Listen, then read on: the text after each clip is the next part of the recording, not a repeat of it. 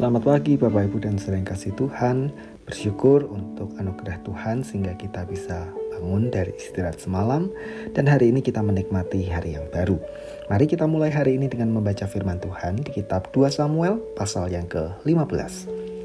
Sesudah itu Absalom menyediakan baginya sebuah kereta serta kuda dan 50 orang yang berlari di depannya. Maka setiap pagi berdirilah Absalom di tepi jalan yang menuju pintu gerbang. Setiap orang yang mempunyai perkara dan yang mau masuk menghadap raja untuk diadili perkaranya, orang itu dipanggil Absalom dan ditanyai, "Dari kota manakah engkau?" Apabila ia menjawab, "Hambamu ini dari suku Israel Anu." Maka berkatalah Absalom kepadanya, "Lihat, perkaramu itu baik dan benar, tetapi dari pihak raja tidak ada seorang pun yang mau mendengarkan engkau." Lagi kata Absalom, "Sekiranya aku diangkat menjadi hakim di negeri ini, maka setiap orang yang mempunyai perkara atau pertikaian hukum boleh datang kepadaku, dan aku akan menyelesaikan perkaranya dengan adil. Apabila seseorang datang mendekat untuk sujud menyembah kepadanya, maka diulurkannya lah tangannya, dipegangnya orang itu dan diciumnya." Cara yang demikianlah diperbuat Absalom kepada semua orang Israel yang mau masuk menghadap untuk diadili perkaranya oleh raja. Dan demikianlah Absalom mencuri hati orang-orang Israel. Sesudah lewat 4 tahun, bertanyalah Absalom kepada raja, "Izinkanlah aku pergi, supaya di Hebron aku bayar nazarku yang telah kuikrarkan kepada Tuhan. Sebab hambamu ini ketika masih tinggal di Gesur di Aram, telah bernazar demikian. Jika Tuhan sungguh-sungguh memulangkan aku ke Yerusalem, maka aku akan beribadah kepada Tuhan." Lalu berkatalah raja kepadanya, "Pergilah dengan selamat." Maka berkemaslah Absalom dan pergi ke Hebron. Dalam pada itu Absalom telah mengirim utusan-utusan rahasia kepada segenap suku Israel dengan pesan, "Segera sesudah kamu mendengar bunyi sangkakala, berserulah, Absalom sudah menjadi raja di Hebron." Beserta Absalom turut pergi 200 orang dari Yerusalem, orang-orang undangan yang turut pergi tanpa curiga dan tanpa mengetahui apapun tentang perkara itu. Ketika Absalom hendak mempersembahkan korban, disuruhnya datang Ahitofel, orang Gilo itu penasehat Daud, dari Gilo kotanya. Demikianlah persepakatan gelap itu menjadi kuat dan makin banyaklah rakyat yang memihak Absalom.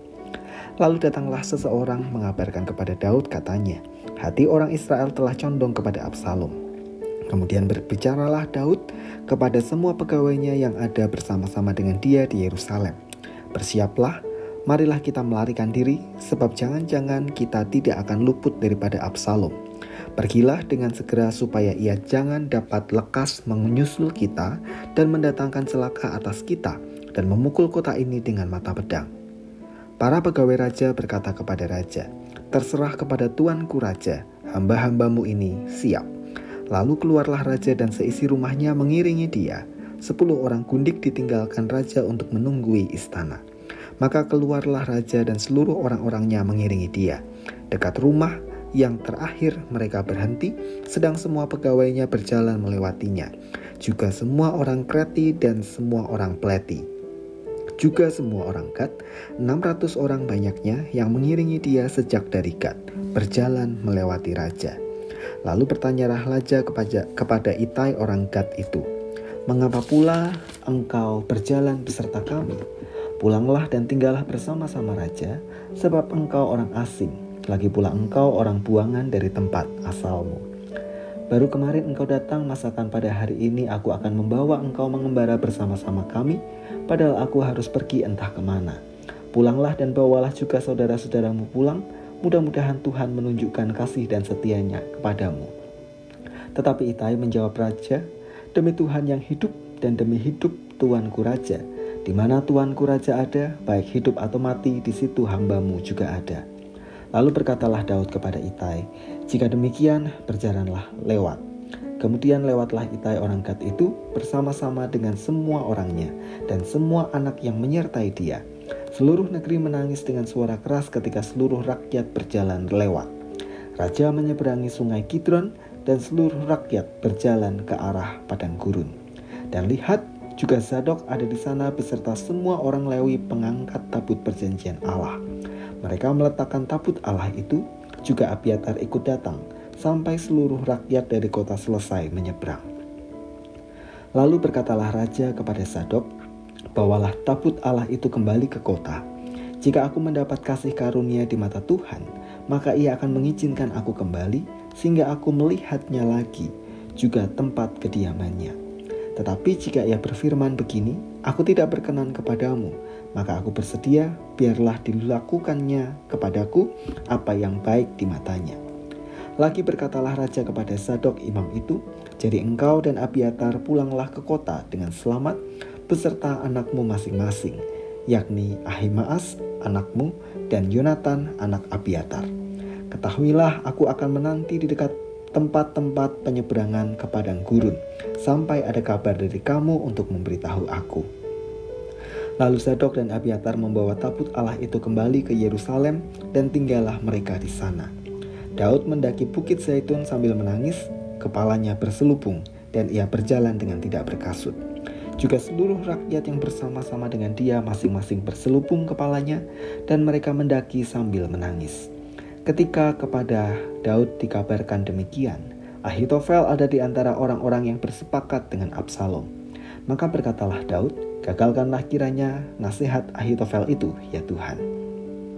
Ketika Daud sampai ke puncak, ke tempat orang sujud menyembah kepada Allah, maka datanglah Husai orang Arki mendapatkan dia dengan jubah yang terkoyak dan dengan tanah di atas kepala.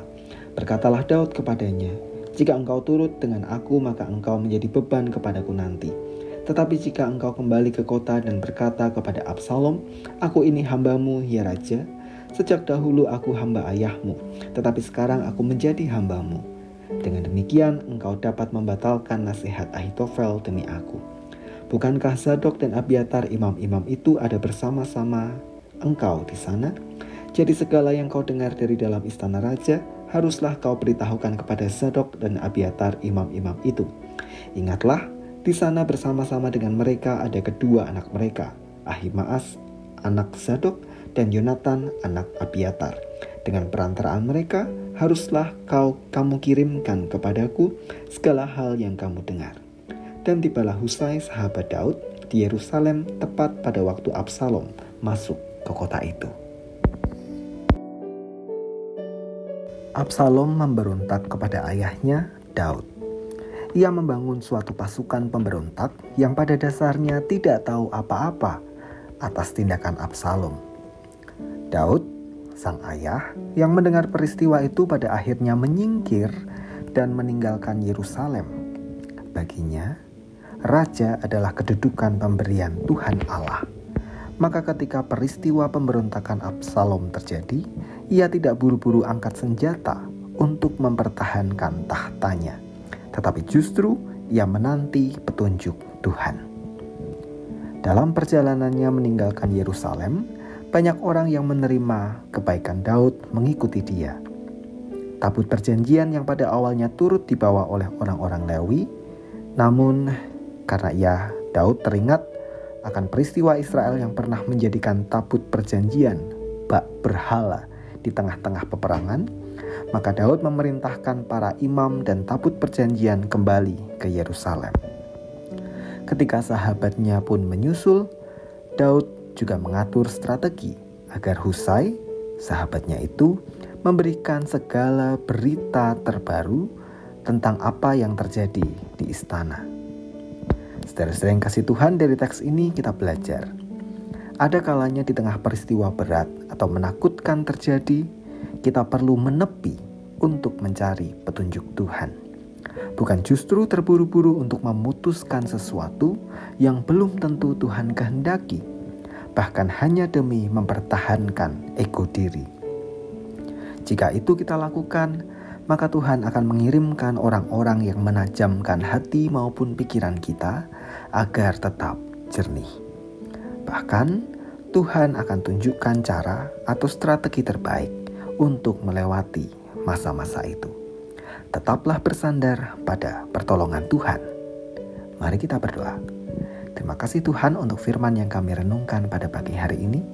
Tolong kami agar kami tetap memiliki hati dan pikiran yang jernih di tengah segala peristiwa yang mungkin mengejutkan kami, membuat kami merasa takut, atau bahkan sulit untuk kami hadapi.